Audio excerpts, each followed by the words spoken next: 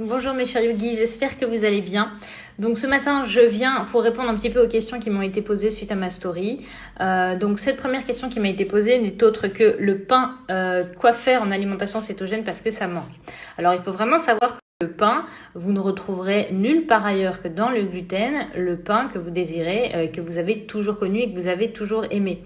Évidemment, il existe des alternatives que vous pouvez trouver chez Délices Low Carb ou All My Keto qui seront à base de graines, d'amandes, de psyllium, de plein de choses qui sont plutôt inflammatoires pour l'intestin.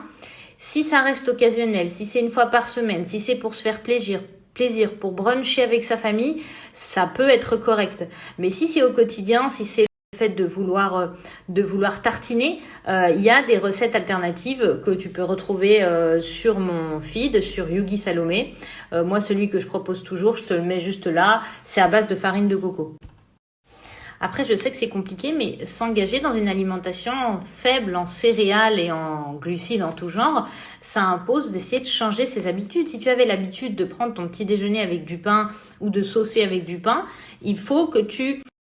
Effectivement, moi je dis toujours qu'on ne peut pas enlever un aliment sans le remplacer. Mais là, c'est pas vraiment un aliment que tu cherches. C'est une texture, c'est une habitude, peut-être même un réconfort. Donc essaye vraiment de trouver les réconforts dans un autre aliment qui correspond à ta diète. Parce que c'est pas seulement un changement l'alimentation cétogène, c'est vraiment un changement de mindset, de routine, de façon de faire.